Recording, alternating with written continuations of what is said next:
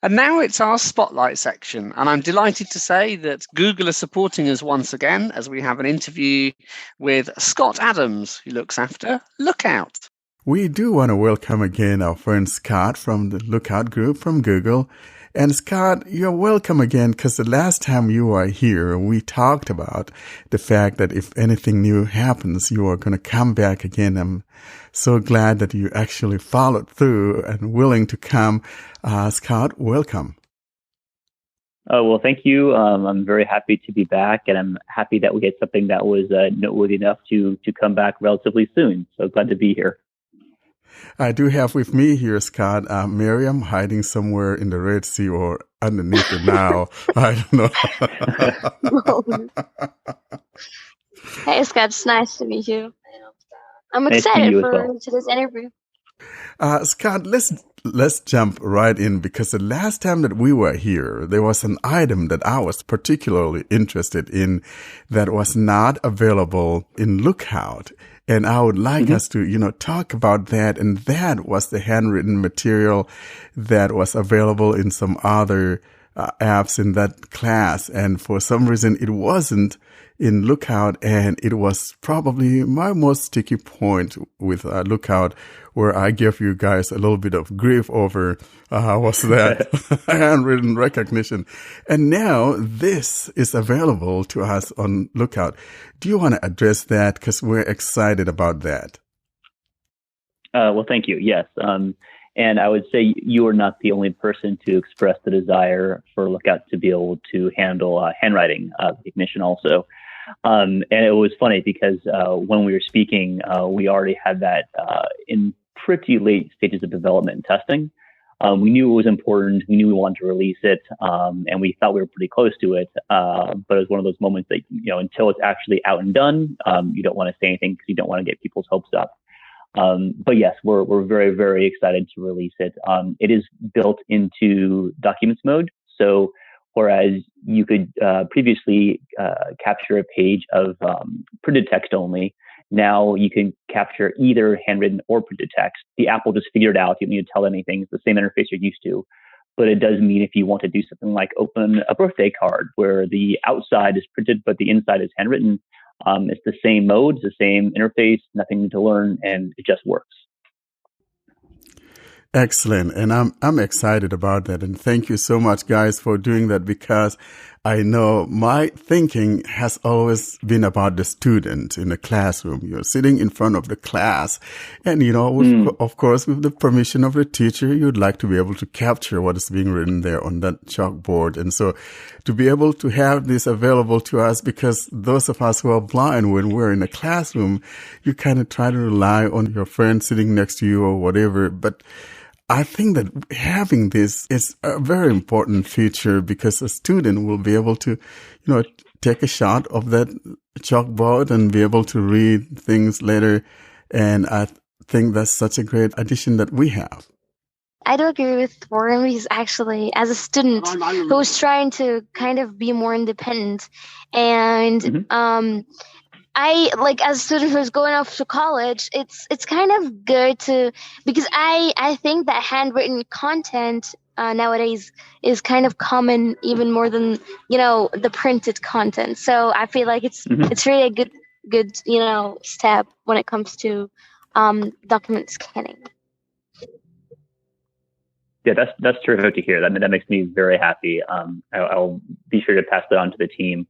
But it does seem like, especially over the last year or two, kind of with the whole COVID and just the world figuring out how to, react to that there are many more handwritten notes. Hours have changed, or please use your app, or all these different little signs that people put up, and are just not very accessible. So we're really excited to finally bring this forward. And yes, Classroom is one of the use cases that we think of in doing this. So that's great to hear. We're very happy that you're finding it useful. Okay, Scott, let's talk about Lookout's availability. Is this something that's available to everyone around the world, especially given the fact that, now we're all in some sort of either lockdown or whatever, and people are in place and all of that. And so if someone is in Egypt or someone is in Kenya or some other place somewhere in Mongolia, would they be able to have access to Lookout in their various locations? Or do I have to be in Northern America or in the European area? That's a great question. So our vision for Lookout is that long term, these tools are available to anyone, anywhere, on any device. And that's very ambitious, but like that's the way we think about it. So right now, Lookout is available for download worldwide. We support 23 languages. Most of those are going to be Latin-based languages. I'd say the most kind of commonly known will be English, French, Italian, German, Spanish, and Hindi. But we have several small languages in there as well. And then we're starting to move into non-Latin-based languages. So we currently support Bengali and Marathi, and we have more coming. There are big parts of the world that don't include any of those languages as like their primary spoken language. So we want to support people in those areas as well. So that's not something that we have right now. But it does mean it will be coming at some point in the future. Hopefully that gives your audience a little more understanding there. We also support, I think, something to the effect of 97% of Android devices at this point. Basically, if you have a phone that's relatively recent, as in the last several years, you should be able to download and install Lookout. So we're really trying to make this app as available as possible for anyone who needs it. That's important because I think that one of the key issues here was the device support. And I remember when it first came out, it was only available to a very few devices, including the likes of the Pixel and certain Samsung phones. Those were the devices that it was limited to. And nowadays, it's been opened up to a lot of other devices, and 95% or 97% is a huge percentage, almost 100%. So I think that the takeaway here is that if one has a device that is fairly new, from a few years ago, the likelihood is that Lookout will work on that device just fine. And I don't remember whether it was the limitation was either Marshmallow or something. I don't remember. That's API, Android API. Would that be 20? I don't remember those numbers anymore. But I think if one has a device that at least have Marshmallow, Lookout would work on it. Yes. It's Android 6 or later. And Android 6 is very old. So again, assuming the device is in the last several years, it's almost a non-issue for users. So it's kind of interesting to see the languages. Like when I checked the latest update, I was like, yeah, it's fun. And I can't wait. I'm so excited for the Arabic language to be out because I feel like it'll be a huge difference, especially because actually Google Lens supports Arabic OCR. So I think it's kind of, easier. But I do understand that OCR Arabic is complicated. I do understand. Yes, that's a great point. And again, you're not the first person to ask for that as well. So it's certainly an area where we're looking at further investment. Thank you so much, Scott. So that's something that we could look forward to. And again, if that happens, then maybe you come back again. We'll talk about it. One of the dreams come true. But this is so great to see the steps that you guys are taking there at Lookout and making these things getting better all the time. I was so surprised when the handwritten material thing came through, and I was reading my wife's little notes. Oh, wow. She's like, That's what great. are you doing? That's a I great said, story. I got to find it out, girl. Now I can read those things. Yeah, those notes on the fridge and everything. So she's like, now so I can leave you written hand messages. I say, of course, put it on the fridge and I'll read that thing up. That's terrific. That's terrific.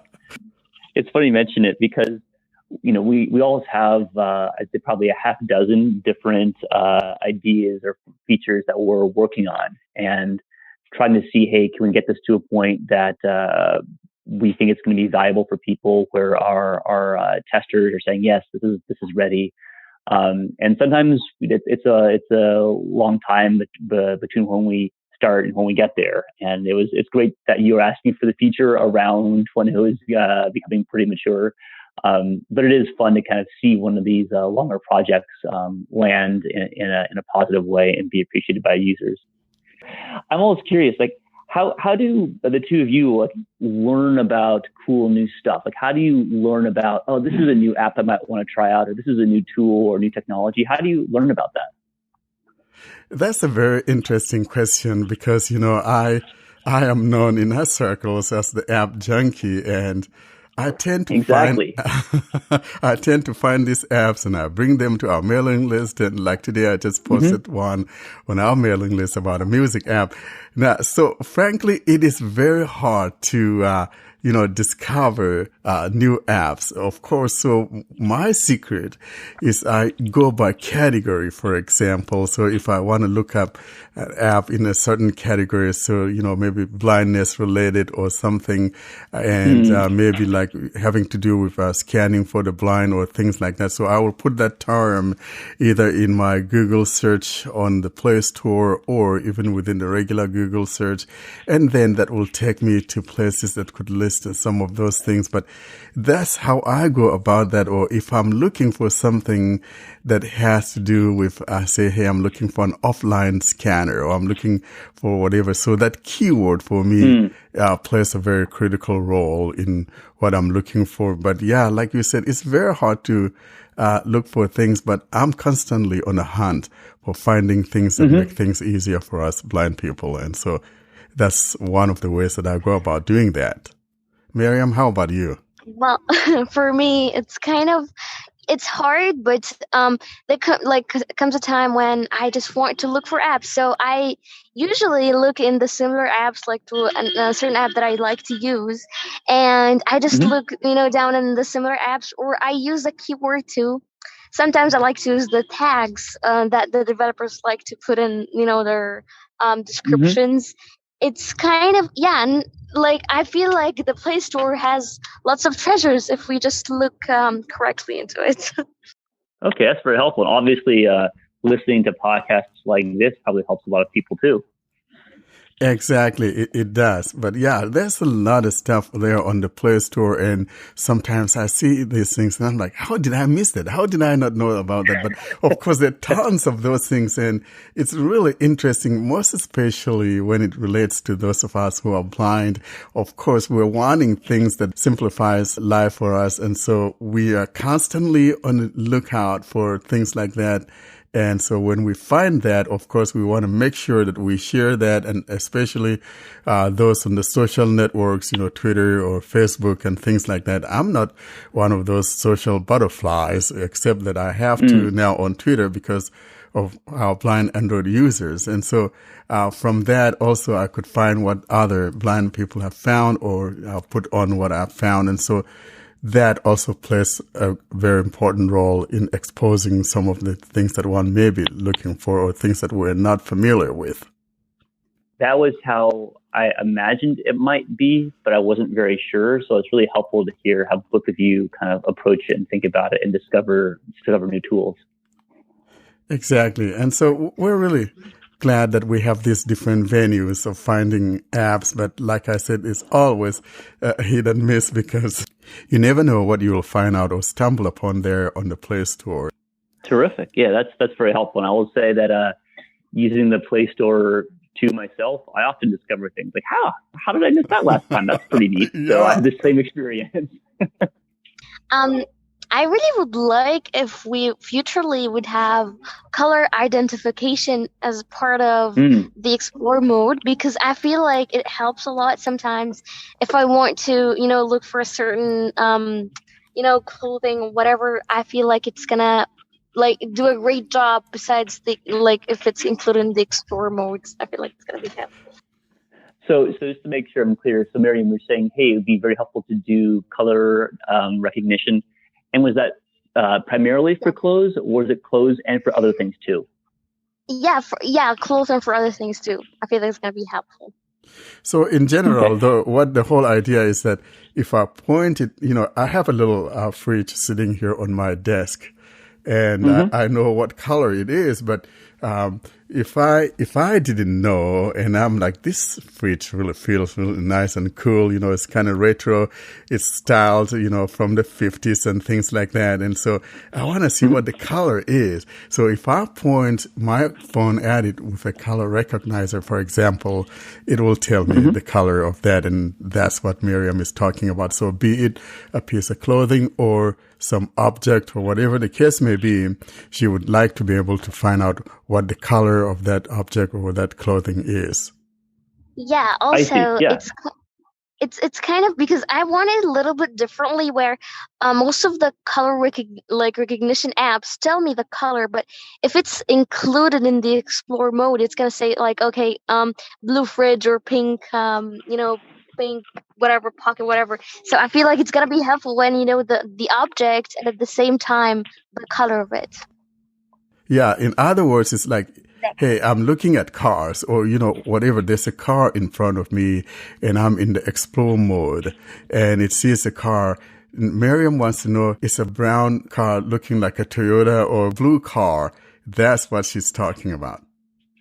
That makes perfect sense. And again, some good news here. This is not the first time we've had people requesting the same thing. So this is certainly an area that there's some opportunity to do some work in, and I'll take your feedback back to the team also. I can't comment on what we may or may not be doing, but you're certainly making a reasonable request.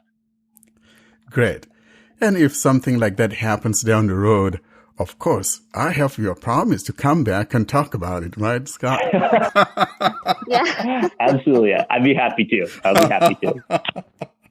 Oh, my goodness. Well, thank you so much, Scott. This has been wonderful, and we thank you that you actually took your time out to come and talk with us today about Lookout and the new features in Lookout. And I hope that, some of that language support may come to Miriam there with her friends in Egypt in the Arabic language so that they too may be able to scan pages and pages like I do back here. And thank you so much. Well, thank you both for the time. It's wonderful to be able to have these discussions with people who use Lookout and kind of getting the feedback and ideas from both of you. It helps us do a better job. So thank you again for the opportunity. And yes, fingers crossed that we'll have something neat enough to talk again soon in the future. Thank you so much. It's been an honor to have you. Thank you. Well, Warren, what did you make of the interview?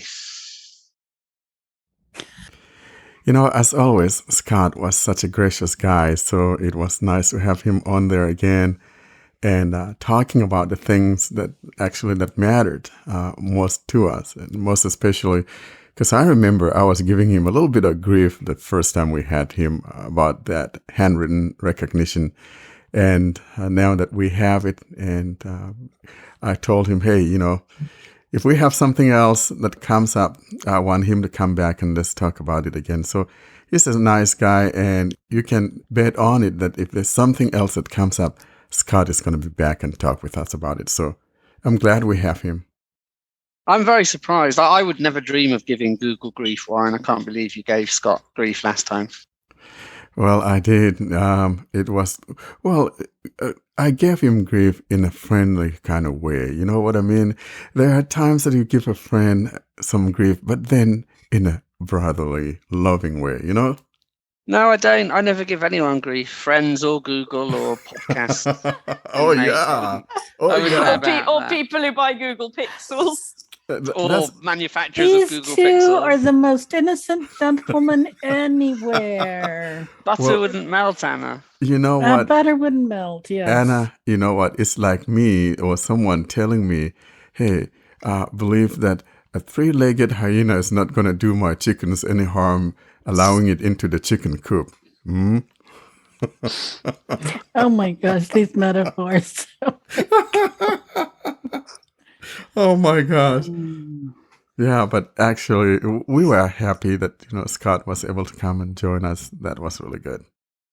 I'd like to know when the Lookout app. I use it a lot, actually, so I'm very happy. I'd like the Lookout app to get integrated with more things so that you don't have to have a separate app. Like what? Because, like, for example, on my iPhone now, it will read pictures if they've got text in them on Facebook or things like that. And partly that was a Facebook thing, but now Apple have or pictures, on a web page when they've got text in them or things like that. And Google is lagging behind in this at the moment. I'm sure they'll catch up, but at the moment they haven't. And the descriptions of photos in the camera app on the iPhone as well are really quite excellent. And I don't think you can do that on the Android phones, really. And that seems a shame when it's obviously possible to do. I mean, who knows? Maybe Google are working behind the scenes and doing it. But I don't want to have to be reading a web page and then somehow get the photo into Lookout. That's just annoying, Well, Fee, your Chrome can already do that. All you need to make sure is that you turn on image recognition in Chrome, and most especially when you mention the word web.